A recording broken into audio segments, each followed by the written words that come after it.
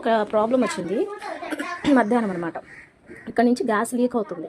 ఈ stove problem ఏమో అని నా భయం. ఇక్కడ నుంచి కూడా గ్యాస్ లీక్ అవుతుంది, బర్నర్ ఆఫ్లో ఉన్నా కూడా. సో ఏమైంది, నాకు ఇంకా బాగా కొంచెం ఎక్కువ వస్తుంది. సరే రెగ్యులేటర్ ఆఫ్ చేద్దామంటే అదేమో డైరెక్ట్ అయిపోయింది, ఎందుకో తెలియదు నాకు కూడా. సరే ఈరోజు గ్యాస్ అతను పోస్తే బాగుండని సాక్ష్యం చెప్పుకుంటానని ఖచ్చితంగా అనుకున్నాను. అనుకోగానే సాయంత్రం 5 అయింది. 5 అవ్వగానే గ్యాస్ ఫిక్స్ చేసే వాళ్ళు వచ్చారనమాట, హెచ్పి వాళ్ళు.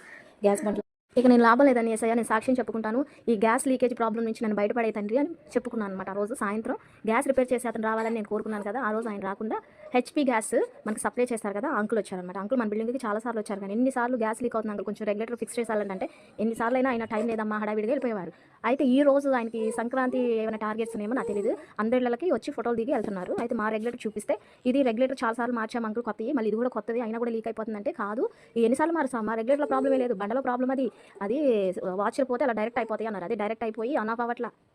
అప్పుడు ఆ అంకుల్ దాన్ని ఫిక్స్ చేశారన్నమాట. ఈసారి ఎప్పుడైనా ప్రాబ్లం వస్తే చెప్పు, మేమే వాచర్ చేంజ్ చేస్తాము, వాచర్ వల్ల బండలు కొన్ని డైరెక్ట్ అయిపోతాయి అన్నారు. ఆయన ఒకసారి ఆన్ అది ఫిక్స్ చేసి చూసారనమాట. 2 స్టవ్లు బర్నర్స్ వెలిగించి వెళ్ళిపోతున్నాయి, ఆన్లో ఉన్న ఆఫ్లో ఉన్నా కూడా రెగ్యులేటర్.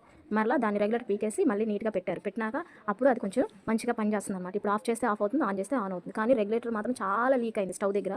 చాలా భయం వేసింది. ఇంట్లో పిల్లలు ఉంటారు, పొద్దున్నే బాక్సులు హడావిడిగా, చిన్న బుడ్డ పిల్లలు ఉంది, నాకు ఎంత భయం వేసింది నిజంగా. ఇదే నా ఏసే చేసిన అద్భుతం. ప్రతి సాక్ష్యాన్ని కూడా చర్చలో చెప్పాలంటే సరిపోదు కాబట్టి నా వాట్సాప్లో అందరూ చూస్తారు, కానీ నేను వాట్సాప్లో పెట్టాను. నన్ను క్షమించండి తప్పేదైనా ఉంటే. Thank you so much.